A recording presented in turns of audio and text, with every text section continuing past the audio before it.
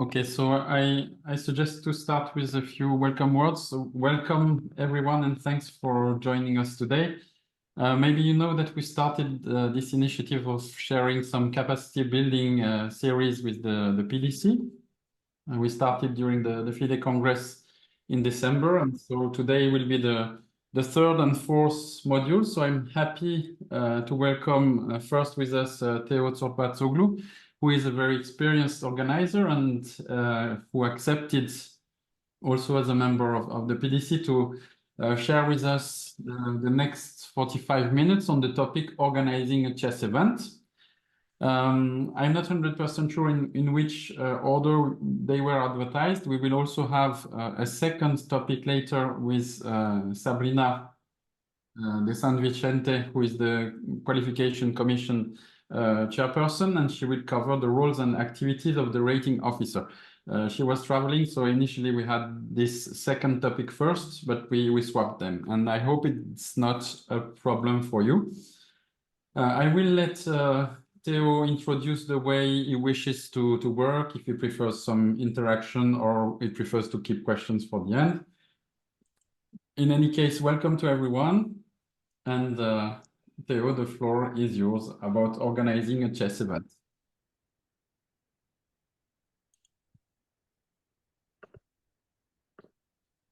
Okay, sorry. Thank you, Laurent.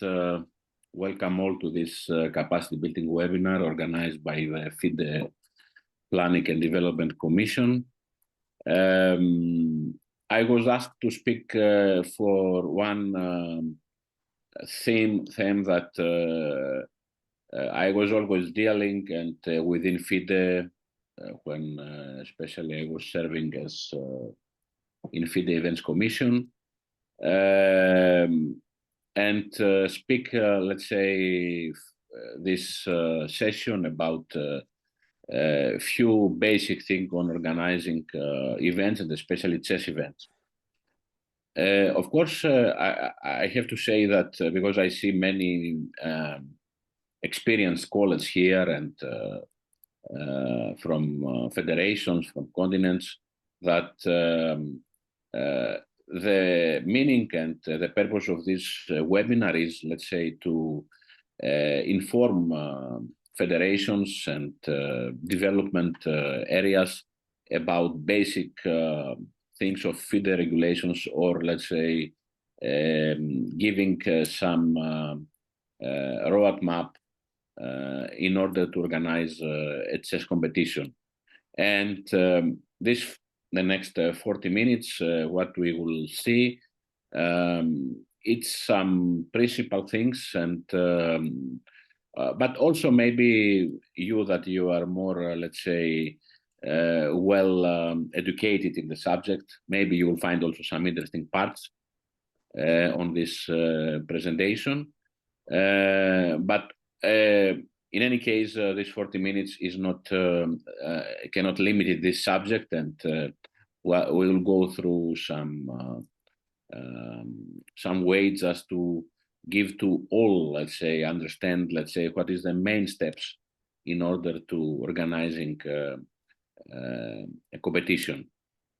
So I will start with this presentation I have prepared for this webinar, and later I will also distribute you some mostly FIDE standard regulations, and in the end, maybe, or anytime you want, if you have some question, I can answer. I don't have problem, and during the presentation. So I will start with this presentation with the order I have prepared. Organizing events. Organizing events in general, but also chess events. I have to say that, except my, let's say, chess career as organizer or as official, as officer, always I was dealing in the past and professionally with this area. I worked in sports tourism, in hotels, organized conferences, I have a company that was consulting company for any kind of events, especially connected with the tourist industry. So all this, what I present you is, let's say, a mixture of my personal experience, but at the same time, the experience within FIDE, within Europe, organizing and or monitoring and major chess competitions. But today we are speaking for any kind of event, any event that one federation, one club, one company, an individual wants to organize. So the first question when we are going to organize an event is, let's say, to decide, let's say, what kind of event we want to organize and why. Because there are different kind of events, and speaking particular for chess, you can decide to organize an event for kids. You can decide to organize an event for professionals. You may decide to make a round robin tournament with very few participants, or a mass competitions with hundreds of participants. So first question is, let's say, what do we want to do and why? Because sometimes we are starting our own event. Other times we have to organize one event that it is part of the national calendar, or the continent calendar, or the FIDE calendar. So first important step, we select the event that we want to organize. And after we do this, depending the capacities of the players, depending of the demands, if it is a kids event, or it is a school event, or it is a professional event, we need to select the venue.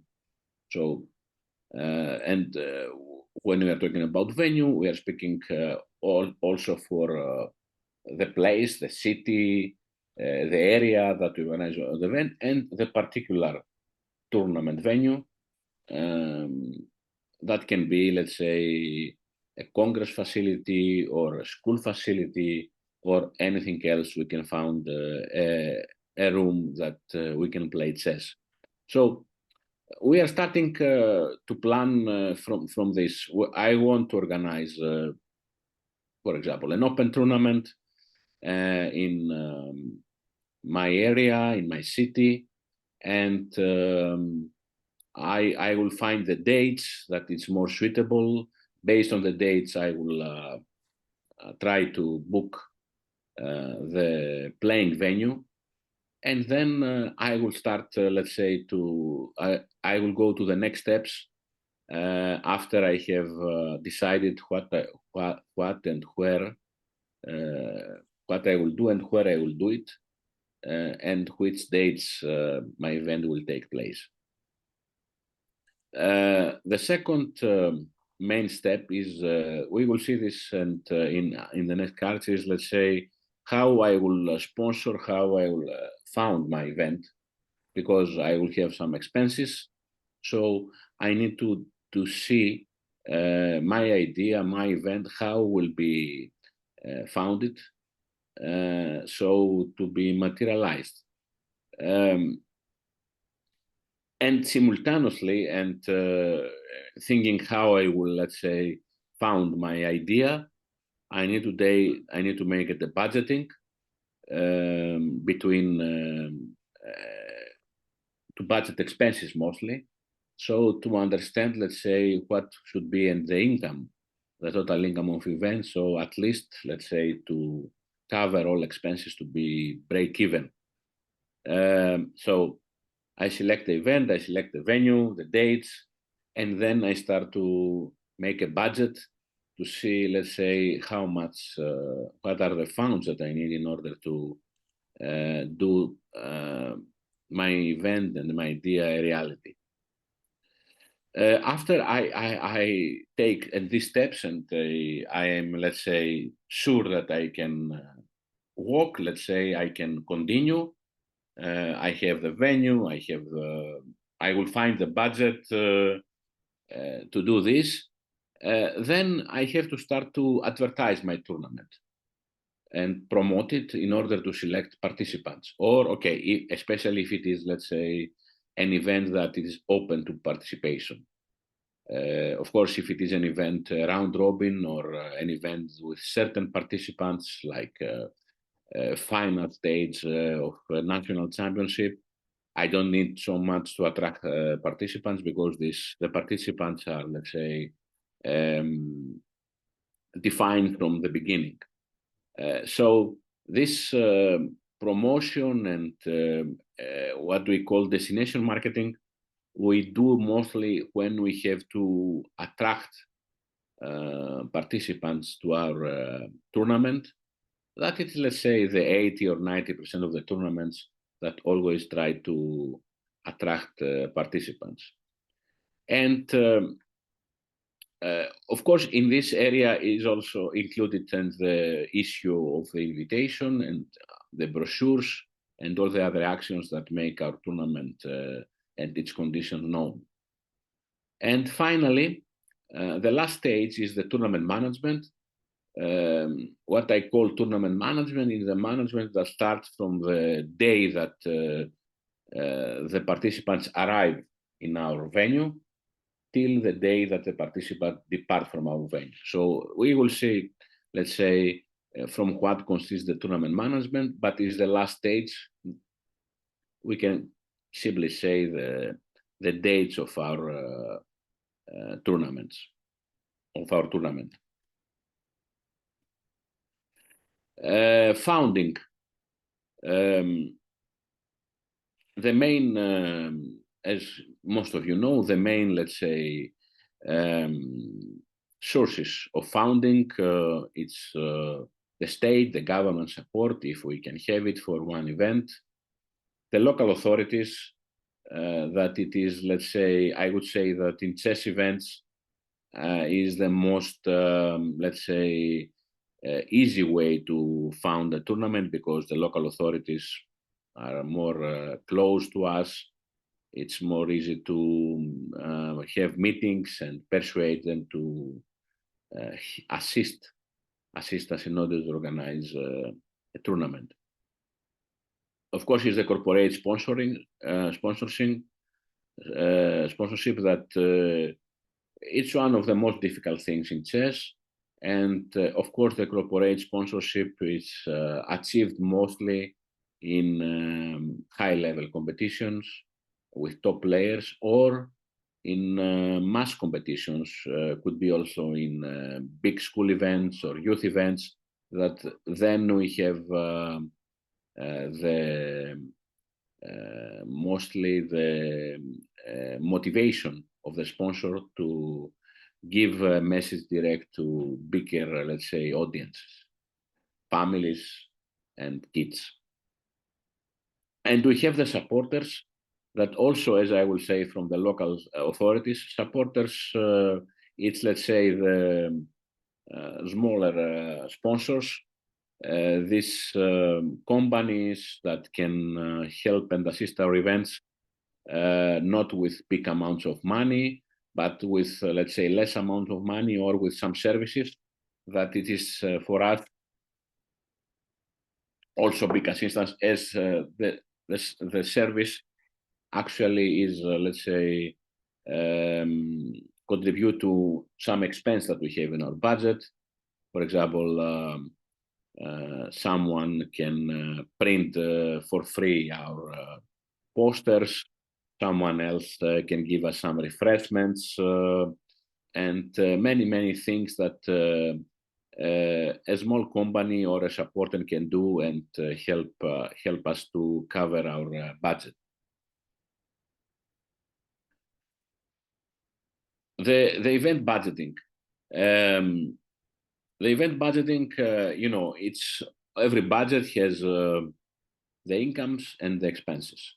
So here is very important when we are starting to organize the event to make the correct budget, at least a normal budget, a real budget. So not in the end to have a lot of differences and found ourselves not to calculate very, let's say, important expenses that we didn't put in the budget from the start, and finally we realized that we need much more expenses, much more money, and in the end we found ourselves in a stalemate position as far concerns our budget and our funding.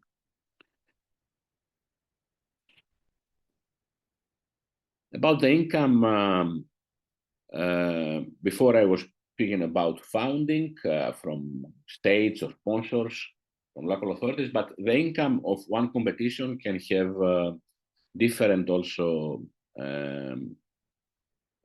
sources. Except the sponsorships and the state support, other kind of income is, for example, the registration fee, what we call an organizing fee, that we can charge each participant for his her participation. Advertising, people who want to be advertised through our event with various ways. I put also here the FIDE Development Fund, because we are speaking about this webinar is in the frame of the FIDE PDC, and the FIDE Development Fund, you know, many of you or most of you, that also provides some funds in order to organize an event, mostly innovative events in some continents or some countries, also, let's say, events that support school chess or women's chess. And I saw also that was planned to support it tournaments that has to do with IM norms, to give norms. And as you see also, FIDE supports also annually now and some open tournaments. So by some selection, so this is also now a source of support from some of chess events around the world. Except the registration fee, there is also the tourist package. Also, this working in big competition. What is the tourist package? The tourist package is, let's say that if I have an event that can attract 500, 1,000 or many people, and I have agreement with one travel agency that will take all the services, we can ask officially as organizers to have also one part of the profit of the tourist agent, because the tourist package can be, let's say, hotel transportation, air fees, excursions, and everything that as let's say in all tourist industry, from one excursion, a conference, everything.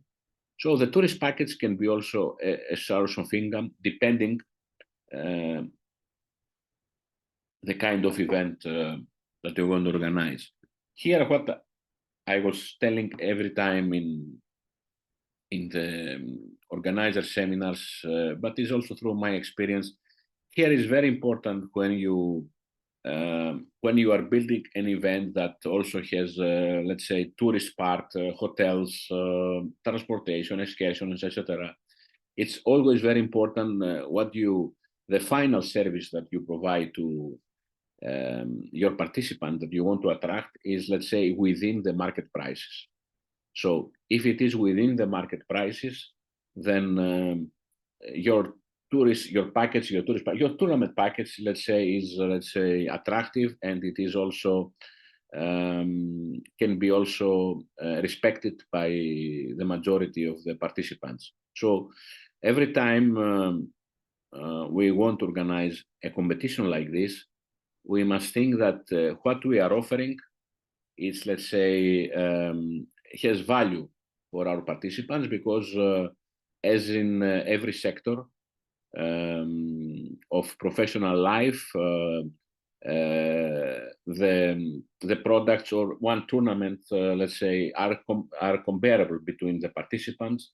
So always they will decide if they will spend €1,000, which tournament on which location is better to visit and has more value for the money they are spending, if they have to spend money in your tournament, and it's not an invitational tournament, that it's this kind of tournaments mostly for top players.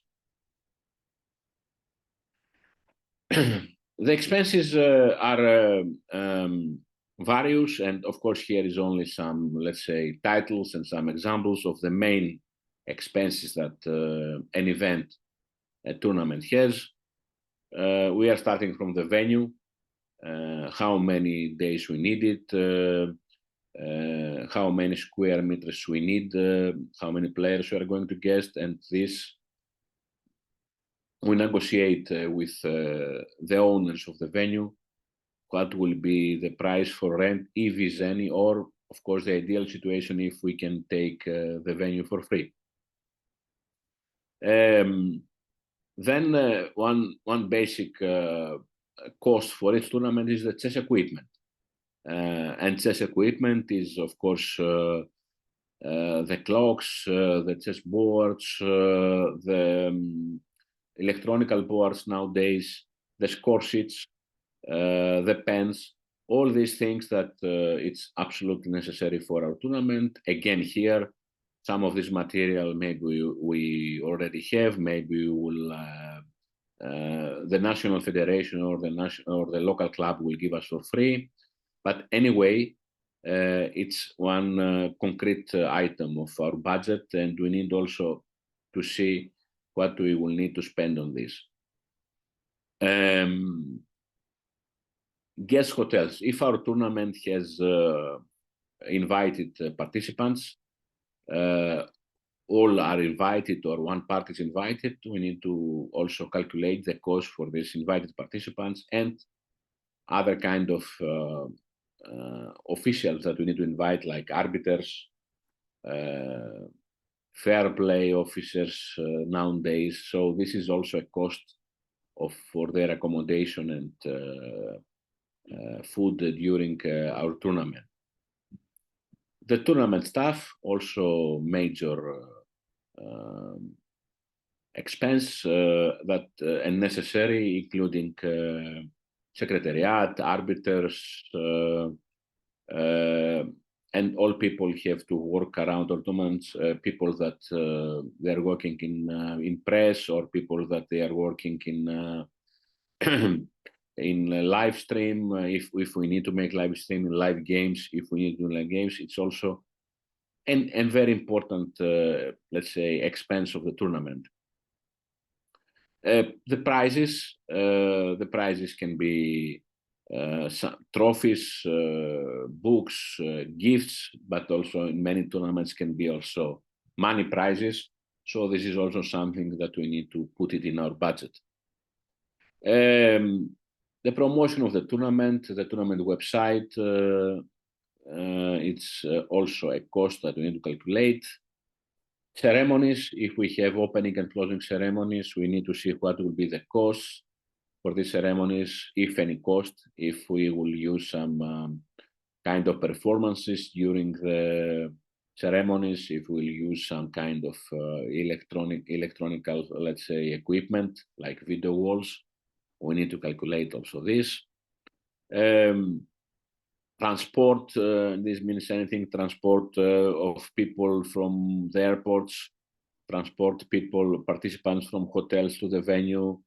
It's also a major cost. The printing and signage, that includes from the printing of posters or let's say printing for signage of our let's say tournament, different categories that we need to have in the tournament hall. Live games, if we need to make a tournament that has live games or live streaming, this is also today one of the important costs of the tournaments. New, let's say, the last 10 years, but very important cost, especially when we are obliged to cover something live. This, of course, has not not necessary in some kind of tournaments, development tournaments that we organize in our city for kids or for school kids. But it's more necessary for open tournaments that include grandmasters. And of course, if we have to organize something in continental or FIDE level. There is some other costs like refreshments for arbiters or participants, security, insurance, medical costs that we need to calculate depending the scale of our event. But this is some categories that we need to calculate in our budget. So this part, let's say, is the start of the event, what we are doing, where we are doing it, when, and how much money we need in order to do it. So when we are, let's say, we finish all this part, we have in our plan, in our papers, what exactly we are going to do and how much this it costs and how we are going to cover the costs for this for our competition. Then after we are ready and we start, let's say, to put out the event, to start to advertise it, we will organize an open tournament, for example, in 5-6 months. We start to think now. I have the tournament ready. I have some brochure. I have some invitation. What I am doing now, how I will attract participants to my tournament. And here, let's say, there is the traditional way that you will send the invitation through the clubs, through your federation. If it is an international tournament, you will try to put it in the calendars, FIDE calendars, international calendars. That, but of course, also it's very important to the participants to provide as more information as is possible about your venue and its attractions in order to attract more players for your competition. So here is what is called destination marketing. And this, of course, destination marketing is, let's say, one term that there is also in tourism, in all kind of events, means that how you will market your competition and your venue in order to persuade more participants to come and play in your tournament. So you need to think how to promote the venue. You need to give exact information how the people who reach the venue. This is very basic information and very important. I mean, participants in general prefer venues that has easy access by plane or by railway stations, cars. I mean good roads. So to give this information, if there are, let's say, cheap flights, a lot of flights to your venue, this is very, very important for your marketing policy about your tournament. There is no doubt that today, let's say, the most promotion is done through the social media, and this can multiply, let's say, the participants that they can see your advertisement and your promotion for your tournament through Facebook, Twitter, or Instagram, and all the social media platforms that they are offering, let's say, easy and cheap access, and to you and all your participants. I would say that nowadays in the tournaments, one easy way, if you want to spend on something, not a lot, it's, for example, to put some advertisements through social media, because you can target in the group that you want to attract. for example, people that are interested for chess, people that they are interested for chess and from these countries, from your country, and with small amounts of 50, 100, 200 euros, you can reach thousands of potential participants for your competitions. Simultaneously, I mean, you can also make some posts and ask friends to make posts in popular, let's say, pages that again, let's say, multiply your the efficiency of your promotion. Important is also to promote your local attractions, let's say, why people are coming to your venue, what they can see, what is different from their country, from their area. Because you know very well that except the very top tournaments, 95% of the chess people are traveling around, combining playing chess, their favorite hobby or sport, and simultaneously see new countries, new cities, and meet new people. So all this package is very important for somebody to make a decision to visit your tournament, as also the parallel events that can be also a very important element of your marketing and to attract people. And when we are speaking about parallel events, we are speaking, of course, also for chess events like a blitz tournament, like maybe a chess expo that is taking place parallel to your tournament, but also to other kind of cultural events, excursions that maybe somebody can combine with your competition than the same dates. Here I will show you a few cards from another presentation that it's called Maximizing the Power of Sport Tourism Events, but this is another subject. We don't have time, let's say, very quickly.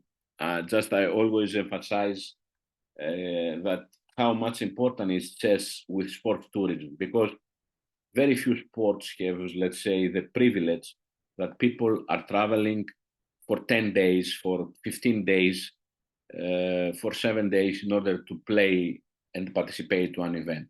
Most of the sports events are, let's say, on-off, 1 day, 2 days, 3 days.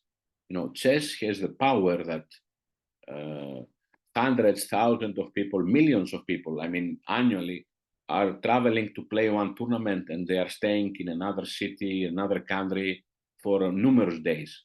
And this makes chess very powerful in this area that we are calling sports tourism. I will not stay in this card. Let's say here is describing just, let's say, how powerful is sport in this area and how powerful is sport and chess in order people to socialize, let's say, between them.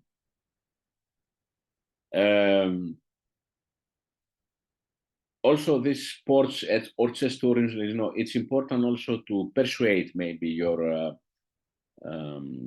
local authorities or state authorities to support your event, because, let's say, this can bring general benefits about the venue, about the city, and attract, let's say, also more tourists or more people that will look to the city and will visit the city now and in the future.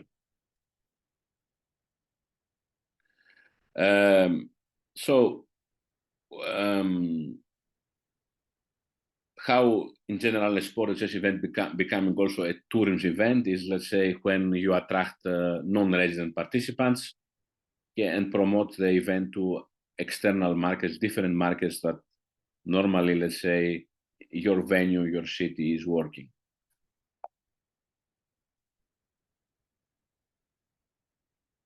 No, sorry. So this was few words about destination marketing. You know, our time is very limited. I see now that already I'm speaking half an hour, and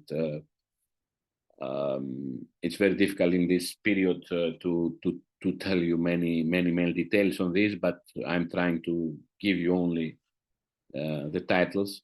So finally, I'm reaching the last phase. That I said the tournament management, the event management. That it is the time that from the time that people arrive in our venue till they are leaving, they are departing. So there, let's say the final and the tournament management, that it is during the tournament. And from what consists this? The tournament staff that should be there, the arbiter, the secretariat. One thing that we need to do first is the arrival and departure scheduling.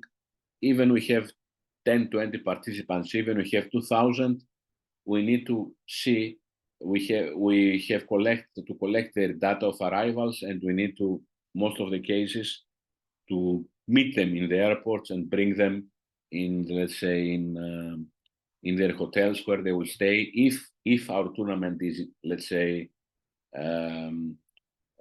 attracting people from other cities or from other countries. If it is a local tournament, of course, we don't have this in our city. Of course, we don't have this we don't need this arrival and departure scheduling. We need to find volunteers that will help us, especially if we have a match competition. We said before, we need to select, let's say, the chess material and make the venue setup. This is very important. 1-2 days before of the event, we need to calculate everything. The material that we need should be transferred to the venue. And one day we need to gather some people in order to prepare the playing hall. Then after we do all this, normally in one tournament that we have pre-registration and inscriptions, we have some procedure to make some confirmation on registration who really came to our competition. So when we are ready to make the pairings, to include only the people that really arrived in our venue.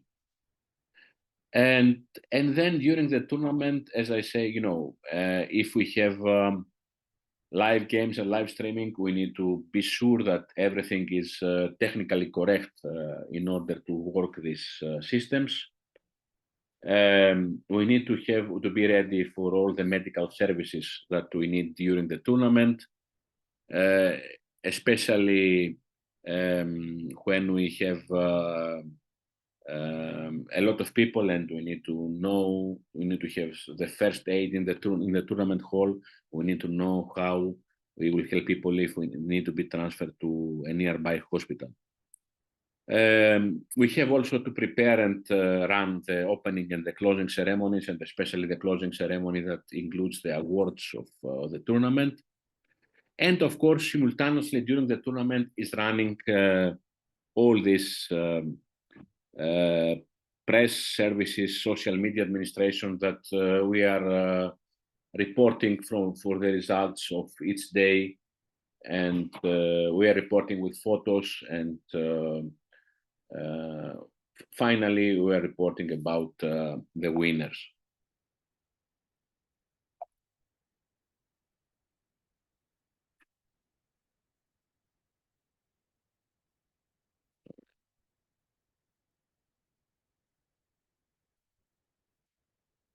So in this last subject that I was talking about,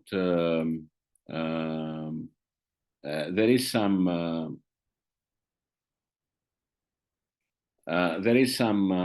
FIDE standards and rules.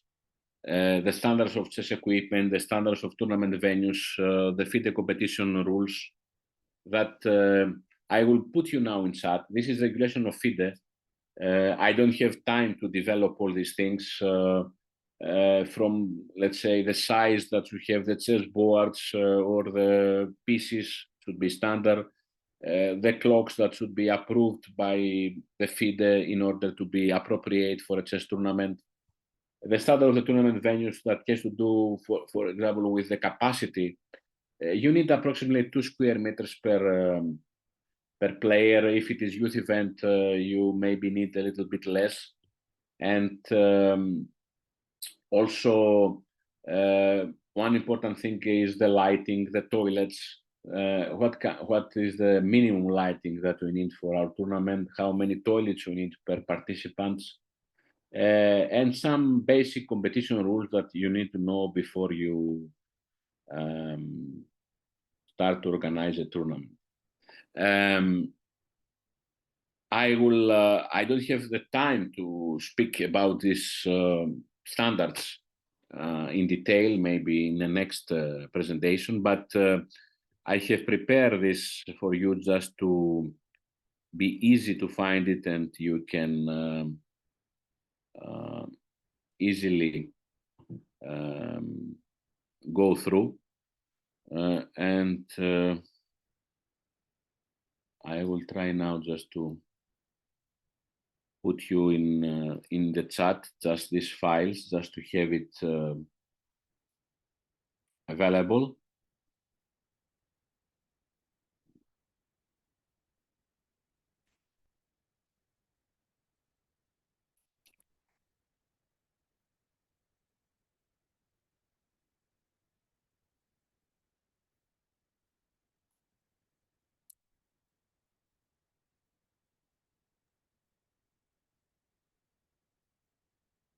Thank you, Theo. Maybe while you are posting, should we ask for some questions? Yes. Of course, we have as much time as you want, 5 or 10 minutes for any questions. And you can also download these files, and you can find it's from FIDE handbook actually, and one part from organizer manual, that you will find very important information about standards for tournament organization. So if there is any question, I'm of course available.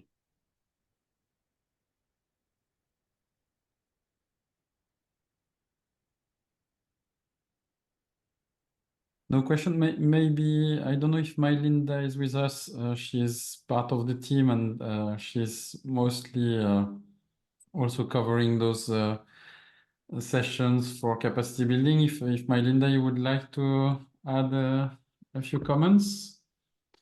We have a question in the chat. What are some key places to target to find sponsorships? From Jeremiah Ellison from Vanuatu. Okay, key places. I don't know what you mean exactly, key places. If you mean what kind of sponsors we can attract for a chess tournament, I would say that depending the tournament. If, for example, we are organizing a big youth or school tournament, we need to mostly focus to companies that they are, let's say, targeting to big audience for kids or for families. I give an example. For example, companies that producing milk, or companies that let's say Coca-Cola, like Coca-Cola, or food companies that has to do with games for kids. Even this is electronic games. Even this is, let's say, traditional games. So depending the area, if we have a top tournament with grandmasters, with top, let's say, then we need to see and potential sponsors that they are looking more for their image. They want to connect their image with chess, and this can be IT companies, can be real estate companies, can be companies that they want to not to make let's say indirect sales to a big audience, but just to raise their profile through the sponsorship that they are making. And we have a lot of sponsors, such sponsors in chess, especially in the top tournaments. Some other question: what are the most common mistakes that organizers make that should best avoid? The most common mistakes. One, I said at the beginning, is to make bad financial calculation. This is the most common mistake, because if you make this, and you lose money or you own money after the event, immediately end your reputation, and your venue reputation is down, and it's more difficult then to organize another tournament. So this is one mistake that many people, they have a lot of expectations, they promise a lot, but in the end they cannot deliver, and this harms their reputation as organizer. Second major mistake is the selection of the venue. It's very, very crucial, the selection of the venue, in order to make a successful event. You need to think not only to see if they have noisy or not, if they have enough toilets, many mistakes on this, if there is an equipment that needed for chess inside, let's say, the playing hall. This is also, if it is most important, enough space. You don't know, maybe you also witness how many tournaments are organized and there is not enough space for the players to move or to play comfortable. So this is another common mistake that you need to care, let's say, from the beginning. Then there are a lot of course, other things, but I just mentioned two major mistakes. Yeah, I like what you just mentioned, Theo. Like somehow simple is beautiful. Like don't overestimate your capabilities, and yeah, it's not rocket science. When you mention the toilets, it's very basic, down to earth, but this is very concrete. So when you prepare your tournaments, your events, yeah, pay attention to simple things and make them well, rather than trying complicated things and fail them. Yeah. Any other questions? Otherwise, Linda, maybe if you want to say a few words. Hello to everyone. Thank you, Laurent. Thank you, Theo, for the presentation. Okay, as you told, it was the idea to organize a series of webinars. First of all, making possible to be together and to share together the key elements for our federations. And also the idea is to start with this webinar and then to follow with different seminars in different issues that federation need to share or to have more information. Okay, thank you, Theodoros, for the great presentation. As an organizer also, I can say that there are key elements for organizing tournament, and we had in Albania, I'm talking now as Secretary General of Albanian Chess Federation, we organize, and as organizer of different tournaments. Last year we organized in Albania 2 European Championship, and it was very important to have and to be prepared before organizing. And let's say from the moment you or everyone is thinking and it's wishing to organize major chess event, continental or world, okay, we must have the clear idea about our possibilities and to plan very good from the beginning. And also we will organize in Albania in April. We will organize World Cadets Blitz and Rapid Championship. So we are in the way of organizing this event.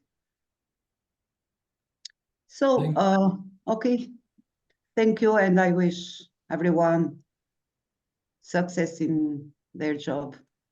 Thank you, Linda. I think Mahdi raised his hand. Yes, thank you, Laurent. Thank you, Theodore. Actually, I have a question for Theodore. If we make a statement budget for the tournament, what is an additional percentage that we can put in reserve in case during the event we have something urgent to buy, electronic boards, some materials? So if there will be some reserve budget, will be percentage, 10%, 20% of the total budget? You are mute. Theodore, you are mute. Sorry, yes. Yes.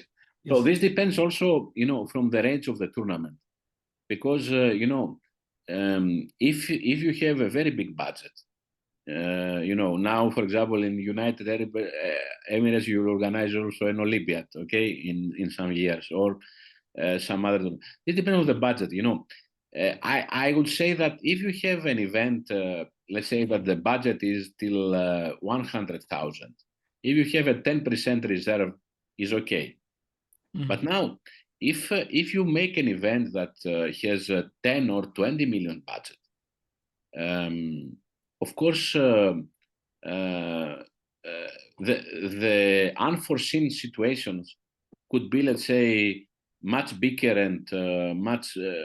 So I would say that in higher scale events with big budget, the reserve fund should be bigger, because what you can face, it's something, suddenly you understand that you are missing an important capacity of hotels. One hotel is completely not, let's say, appropriate, and the participants are leaving, and you need to find one. So I would say that if you have a very big event, maybe it's good to have 15-20%. But for all other events, let's say, I think that the 10% is a safe, let's say, reserve fund in a competition.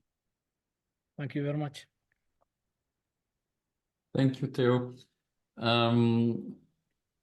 Is there any last question? Otherwise, we could conclude this first module for today. I would like to say something, please. Yes, Paris? How are you? Hello, everyone.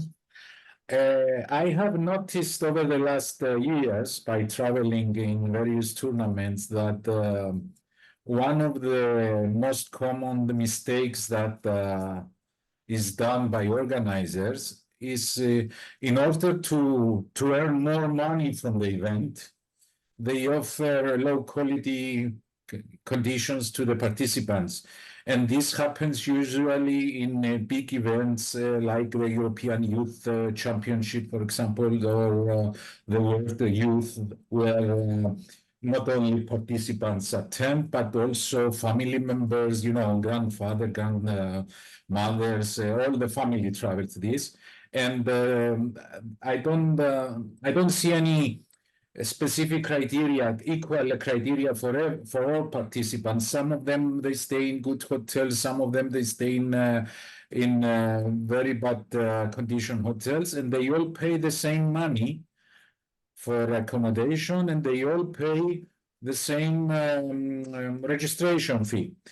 I also noticed some organizers that they charge for transportations, but they use the public transportations to take the people from the airport to the hotels. It happened to me as well when I was head of delegations a few years ago.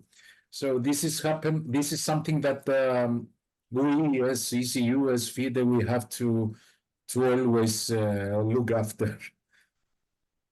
Thank you. I would relate this comment to the first answer from Theo, where he said that the reputation of the organizer could be harmed depending on what he provides. So yeah, it's unfortunate if you had some unpleasant situations, but yeah, Lauren, there is a last question. Yeah, I will take also this because, okay, it's, let's say, how to say, a good question. Let's say cost-saving tip and profit maximizing.